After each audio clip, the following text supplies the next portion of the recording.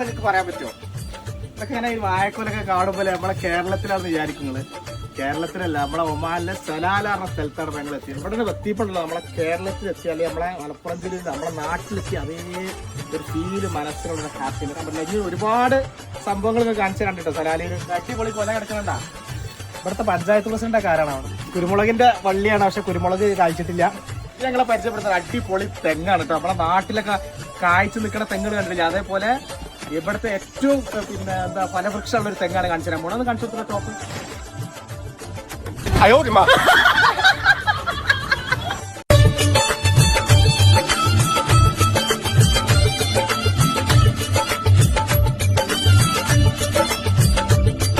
അപ്പോൾ ഇവിടെയുള്ള വാഴകൾക്കൊക്കെ പിന്നുള്ള കൂടെ വെള്ളമാണ് ഇട്ടത്. ഇങ്ങനെ ഒരു അരുവി ഒരു ചാരുണ്ടാക്കിയിട്ട് എല്ലാ വാഴകളും നനയാനുള്ള എത്തല്ലേ.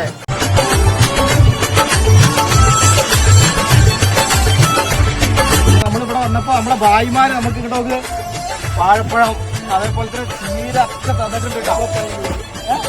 പപ്പായ അങ്ങോട്ട് അടിപൊളി പപ്പായ, ഒരുപാട് സാധനങ്ങൾ കിട്ടും. അവര് ഇവിടുത്തെ മനുഷ്യന്മാര് ഭയങ്കര സ്നേഹമുള്ളവരാണ്. എല്ലാവരും നമ്മുടെ പാകിസ്ഥാനിലുള്ള ആൾക്കാരാണ്, സുഹൃത്തുക്കളാണ്.